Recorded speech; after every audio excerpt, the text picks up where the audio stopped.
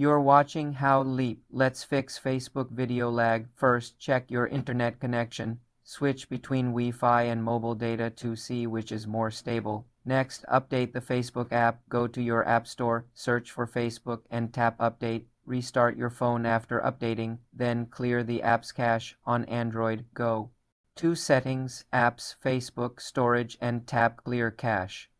On iPhone, offload the app via Settings, General, iPhone Storage, tap Facebook, then Offload app and reinstall.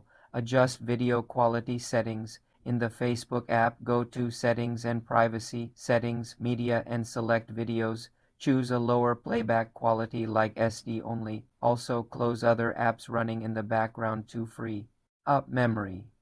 Finally, check if Facebook's servers are having issues on a site like Down Detector. For more simple computer tutorials, subscribe to the channel.